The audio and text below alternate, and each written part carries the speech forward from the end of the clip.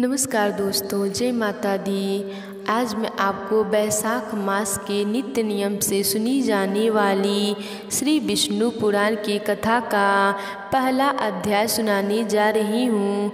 तो प्रेम से बोलिए विष्णु भगवान की जय। श्री सूत जी बोले, मैत्रेय जी ने नित्य कर्म से निवृत्त हुए मुनिवर परसराज जी को प्रणाम कर उनके चरण छूकर पूछा, हे गुरुदेव, मैंने आपसे ही संपूर्ण वेद वेदांगों और सकल धर्मशास्त्रों का क्रमश अध्ययन किया है। हे मुनि श्रेष्ठ, आपकी कृपा से मेरे विपक्षी भी मेरे लिए यह नहीं कह सकेंगे कि मैंने संपूर्ण शास्त्रों के अभ्यासों में परिश्रम नहीं किया है। हे धर्मज्ञ, हे महाभाग, अब मैं आपके मुख रविंद्र से यह सुनना चाहता हूँ कि यह जगत किस प्रकार उत्पन्न हुआ और आगे भी कैसे होगा, तथा हे ब्राह्मण, इस संसार का उपादान कारण क्या है। यह संपूर्ण चराचर किससे उत्पन्न हुआ है, यह पहले किसमें लीन था और आगे किसमें लीन हो जाएगा।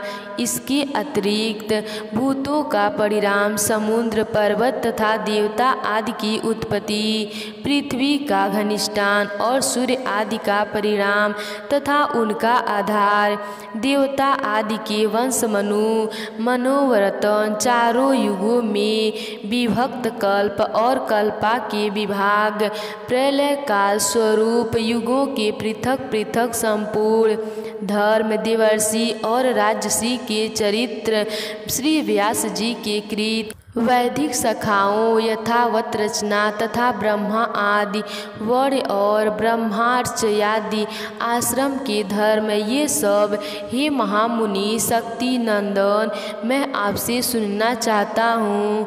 हे ब्राह्मण, आप मेरे प्रति अपना चिंत प्रदर्शित मुख कीजिए, जिससे हे महामुनि मैं आपकी कृपा से यह सब जान सकूं। श्री परसराज जी बोले, हे धर्मज्ञ, हे मैत्रेय, मेरे पिताजी के पिता श्री वशिष्ठ जी ने इसका वर्णन किया था। उस पूरे प्रसंग का तुमने मुझे अच्छा स्मरण कराया, इसके लिए तुम धन्यवाद के पात्र हो। हे मैत्रेय, अब मैंने सुना कि पिताजी को विश्वामित्री प्रेरणा से राक्षस ने खा लिया है, तो मुझको बड़ा भारी क्रोध हुआ। तब राक्षसों का ध्वंस कराने के लिए मैंने यज्ञ करना आरंभ किया। उस यज्ञ में सैकड़ों राक्षस जलकर भस्म हो गए। इस प्रकार उन राक्षसों का सर्वथा नष्ट होते देख मेरे महाभाग पितामह वशिष्ठ जी मुझसे बोले, हे वत्स, अत्यंत क्रोध करना ठीक नहीं है, अब इसे शांत करो। राक्षसों का कुछ भी अपराध नहीं है, तुम्हारे पिता के लिए तो ऐसा ही होना था।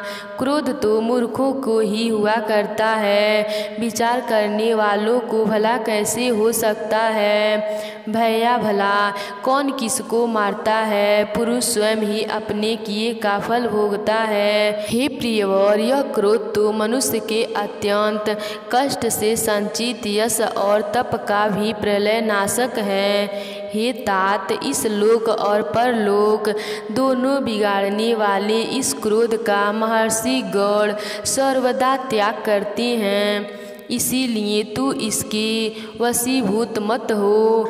अब इन बेचारे निरपराध राक्षसों का दग करने से कोई लाभ नहीं, अपने इस यज्ञ को समाप्त करो। साधुओं का धन तो सदा क्षमा ही है। महात्मा दादाजी के इस प्रकार समझाने पर उनकी बातों को गौर का विचार करके मैंने वह यज्ञ समाप्त कर दिया।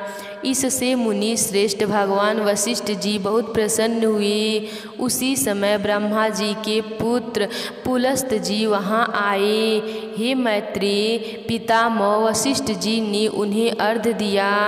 तब वे महर्षि पुलकहल के श्रेष्ठ भ्राता महाभाग पुलस्त जी आसन ग्रहण करके मुझसे बोले, पुलस्त जी बोले, तुमने चिंते में बड़ा वैरव भाव रहने पर भी अपने बड़े बड़े वशिष्ठ जी के कहने से क्षमा स्वीकार की है, इसीलिए तुम संपूर्ण शास्त्रों ज्ञाता होगी।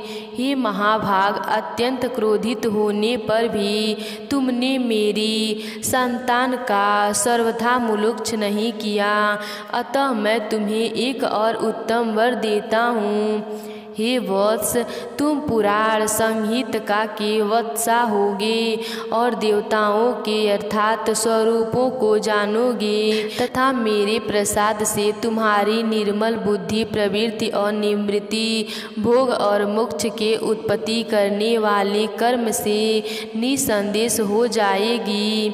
पुलस्त जी के इस तरह कहने के अंतर्गत फिर मेरे पितामह भगवान वशिष्ठ जी बोले, पुलस्त जी ने जो कुछ कहा है वह सब सत्य होगा। हे मैत्रेय, इस प्रकार पूर्व काल में बुद्धिमान वशिष्ठ जी और पुलस्त जी जो कुछ कहा था वह सब तुम्हारे प्रश्न से मुझे स्मरण हो आया है।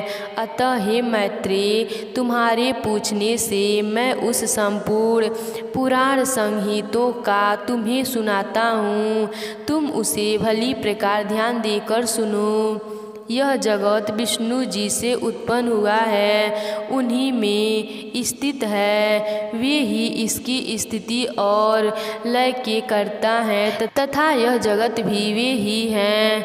दूसरी कथा मैं आपको कल सुनाऊंगी, तो प्रेम से बोलिए श्री विष्णु भगवान की जय।